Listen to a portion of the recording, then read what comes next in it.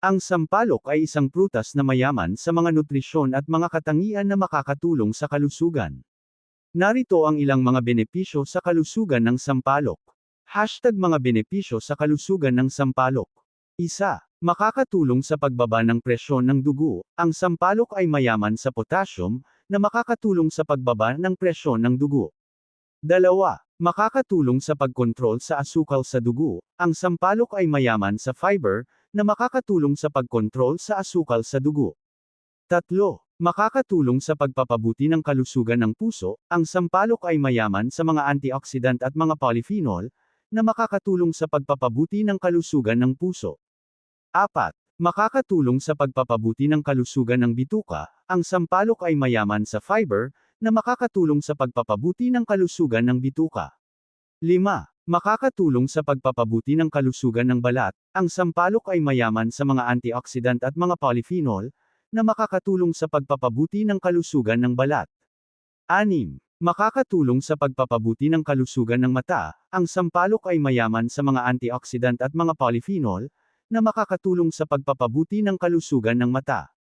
7. Makakatulong sa pagpapabuti ng kalusugan ng buto. Ang sampalok ay mayaman sa mga mineral tulad ng calcium at phosphorus, na makakatulong sa pagpapabuti ng kalusugan ng buto. 8. Makakatulong sa pagpapabuti ng kalusugan ng sistema ng immune. Ang sampalok ay mayaman sa mga antioxidant at mga polyphenol, na makakatulong sa pagpapabuti ng kalusugan ng sistema ng immune.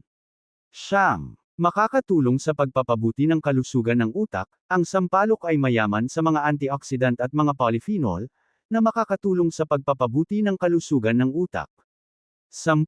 Makakatulong sa pagpapabuti ng kalusugan ng panunaw. Ang sampalok ay mayaman sa mga antioxidant at mga polyphenol, na makakatulong sa pagpapabuti ng kalusugan ng panunaw. Ang katutubong bunga ng sampalok ay para sa lagnat. Pinipisa ito sa tubig at iniinom, para naman sa TB o para mapadumi. Sige lang ang pagkain ng hinog na prutas na sampalok at sundan ito ng pag-inom ng maraming tubig. Ginagawa ring tsaa ang prutas at iniinom para maalis ang kabag at makatulong sa pagtunaw ng pagkain.